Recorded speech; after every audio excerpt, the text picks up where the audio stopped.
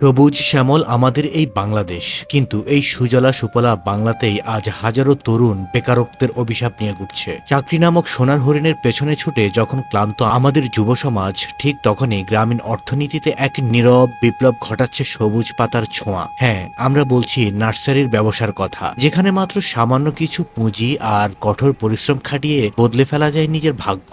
দিনে দিনে প্রকৃতিপ্রেমী অনেক বাড়ছে। যে কোনো মানুষই এখন বাড়ির আঙিনায় অনেক কিছু করার চেষ্টা করে। আমরা একটি জায়গার মধ্যে এসে দেখলাম এমন সুন্দর প্রচুর পরিমাণে শাকসবজি গাছ এমনকি অন্যান্য গাছও তারা করছে, সেটি দেখতে পাচ্ছি। তাই আপনাদেরকে একটু দেখানোর চেষ্টা করছি। খুব সুন্দর তারা মরিচ গাছ এমনকি বিভিন্ন সবজি গাছ, বেগুন গাছ, পেঁপে গাছ হতে শুরু করে সকল ধরনের সবজি এখানে আছে। আমরা আজ এসেছি তেমনি এক সম্ভাবনাময় গ্রামীণ নার্সারিতে। চারিদিকে শুধু চোখ জোড়ানো সবুজ আর নানা রঙের ফুলের মেলা। আমরা কথা বলেছি এখানে দিনরাত কাজ করা উদ্যোক্তা এবং শ্রমিকদের সাথে। তাদের চোখে এখন অভাবের অন্ধকার নেই, আছে স্বাবলম্বী হওয়ার আনন্দ। এখানে রয়েছে হাজার ধরনের ফলের চারা, আম, কাঁঠাল, লিচুর পাশাপাশি 12 মাসি মাল্টা, ড্রাগন ও থাই পেয়ারার মতো উন্নত জাত। ফুলের চারার মধ্যে গোলাপ, জবা, বেলি থেকে শুরু করে বিদেশি অর্কিড, ঔষধি ও কাঠগাছের মধ্যে রয়েছে নিম, তুলসী, অর্জুনের মতো ঔষধি গাছ এবং মেহগুনি, রেন্ট্রির মতো মূল্যবান কাঠজাতীয় গাছ। আমি এখানে ধরেন কাজ করি আর কি, কৃষি শস্য এগুলা করি, চারা টারা করি আর কি।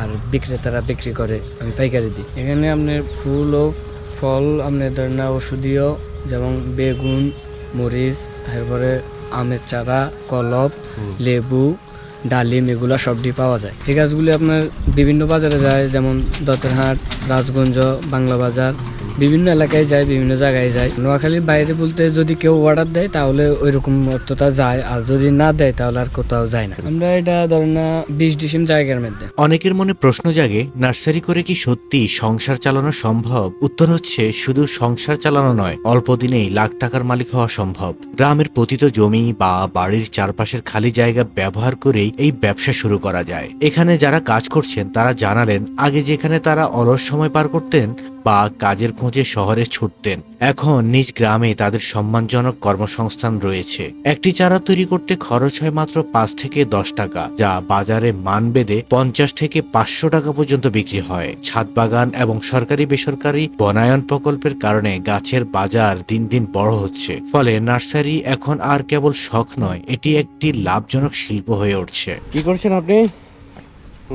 বেড নাম করতেছি। হ্যাঁ, বেড। বেড? জি। কি গাছের বেড করতেছেন? ওই ছোট ছোট চারাগুলো রাখবো। ছোট কি গাছ এগুলো? মুলাইম। হ্যাঁ, মুলাইম এবং জিয়া, লারিয়াসই আছে, সুসিন্দা আছে, করলা আছে। সব মিলে এখানে এখন বেড করা হচ্ছে। জি। এগুলো কতদিনের চারা? ওগুলা হয়েছে ধর না 4-5 দিন হয়েছে। ওগুলা ছোটটা, ওটি 4-5 দিন। আর এটি ওগুলো হয়েছে ধর না সপ্তাহ 2 হয়েছে। সপ্তাহ 2 হয়েছে। এগুলো এক একটা কত করে বিক্রি করেন আপনারা? 20 টাকা। আপনি যদি গ্রামে বসে ভাবছেন কি করবেন, তবে আপনার জন্য নার্সারি হতে পারে সেরা সিদ্ধান্ত। এর জন্য খুব বড় ডিগ্রির প্রয়োজন নেই, প্রয়োজন শুধু সঠিক পরিকল্পনা আর গাছের প্রতি ভালোবাসা। প্রথমত, স্থানীয় কৃষি অফিস থেকে চারা উৎপাদন বা কলম কাটার বেসিক প্রশিক্ষণ নিন। দ্বিতীয়ত, বাজারের চাহিদা বুঝে সঠিক জাতের বীজ বা মাতৃগাছ সংগ্রহ করুন। তৃতীয়ত, বর্তমানে ফেসবুক ও অনলাইনের মাধ্যমে ঘরে বসেই সারা দেশের কাস্টমারের কাছে চারা বিক্রি করা সম্ভব। আপনার সামান্য উদ্যোগ আপনার পরিবারকে সচ্ছলতা দেবে এবং গ্রামের আরো 5 জন বেকারের কর্মসংস্থান তৈরি করবে। মোটামুটি এখানে অনেক ধরনের সবজি তারা করছে, আমরা তাই দেখতে পাচ্ছি। নোয়াখালীর এই জায়গার মধ্যে এমন সবজি হয় আমরা আসলে খুবই কম মানুষই জানি, কারণ এই জায়গাগুলো হলো অনেকটাই নিচু জায়গা। কিন্তু তারা দেখুন খুব সুন্দরভাবে এই জায়গার মধ্যে লাল শাক, ধনিয়া পাতা এবং কি করলা হতে শুরু করে অনেক কিছুই তারা করেছে।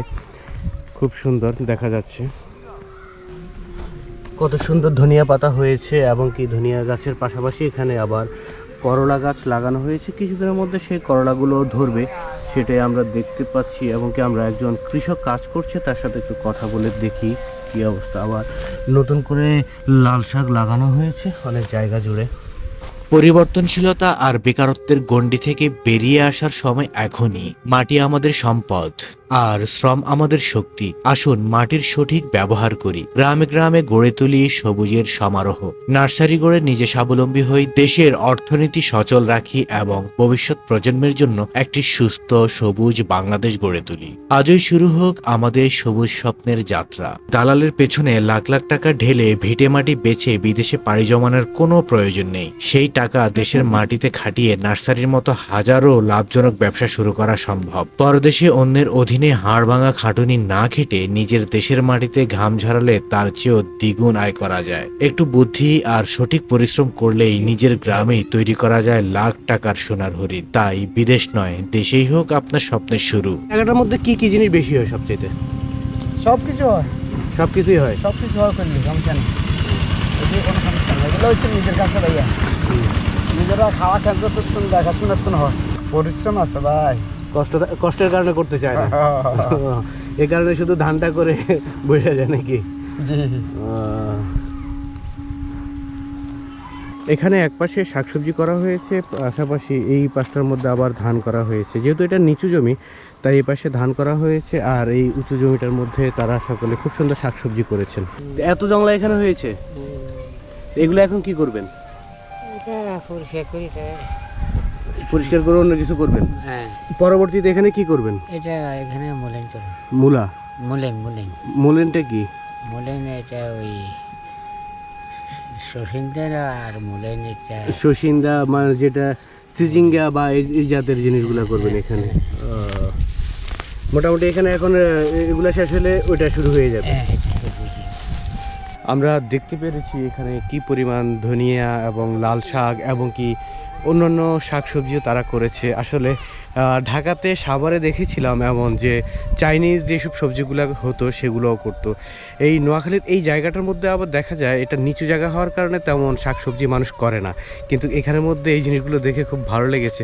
যেহেতু হালকা একটু উঁচু জায়গা, সেই উঁচু জায়গার মধ্যে তারা খুব সুন্দর সব সময়, যেটুকু আমরা জানতে পেরেছি যে 12 মাসই তারা এখানে এই শাকসবজিগুলো করে থাকে। এখানে কতটুকু জায়গার মধ্যে আপনারা এমন শাকসবজি করছেন? জায়গা আমার এখানে আছে প্রায় 21 ডিসিম। 21 ডিসিম? জি। এটা কি সবসময় করে থাকেন না সিজন আছে এটার? এটা সবসময় একটার পর একটা থাকবে। যেহেতু উঁচু জমি তার কারণে। জি। নিচু জমিতে তো আর এগুলো তেমন হয় না না এখানে? না, নিচু জমিতে হবে না, পানির কারণে হচ্ছে না। জি না। আপনি এখানে কি কি করছেন? প্রথমে স্টার্টিং করছি বেগুন সারা। বেগুন সারা এবার পয়সা করে এমন পাই না ভাইয়া, মায়ের খেয়েছি। মায়ের বলতে কি ওই রেট হয় নাই, পরে এটা যা হাঁচছি বেচছি, বেচার পরে দিয়ে আমরা এরপর 4 দফা মনে করেন লাল শাক আর ধনিয়া ফেলেছি।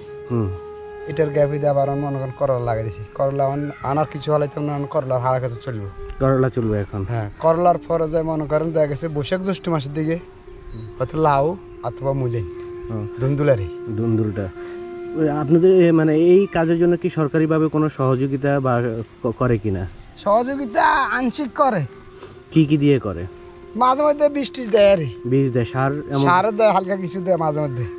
এটা প্রদর্শনী বাবু করলে আর আসে না, হলে আসে না, এছাড়া আসে না। জি না। মোটামুটি এখান থেকে এই শাকসবজিগুলো করে আপনারা কি লাভবান হচ্ছেন না? ইনশাল্লাহ লাভবান আছে। যাই হোক, লাভবান আছে। এখানে এখন বর্তমানে কি কি করেছেন? এখন শুধু করলা আছে, লাল শাক আর ধনিয়া ডুল্লা উঠে চললে ধনিয়া, এরপরে করলাই থাকবো। ধনিয়া কত করে মোটা বা কেজি বিক্রি করেন? আমরা ফ্রিজ হয়তো পাইকারি দিয়ে খেলার মধ্যে, আর নইলে ওই মুড়ে উড়াইলে 60 টাকা 8 টাকা করে পাইকারি দিই। আর লাল শাক? এই লাল শাক 10 টাকা 12 টাকা 15 টাকা, আবার ফার্স্ট সিজন ধরেন না 20-22 টাকা 25 টাকা হয় এরকম। হ্যাঁ। তো মোটামুটি তো অনেকটা উঠে গেছে, আবার নতুন করে আবার অনেকগুলো লাগাইছেন লাল শাক দেখা যাচ্ছে। জি জি জি।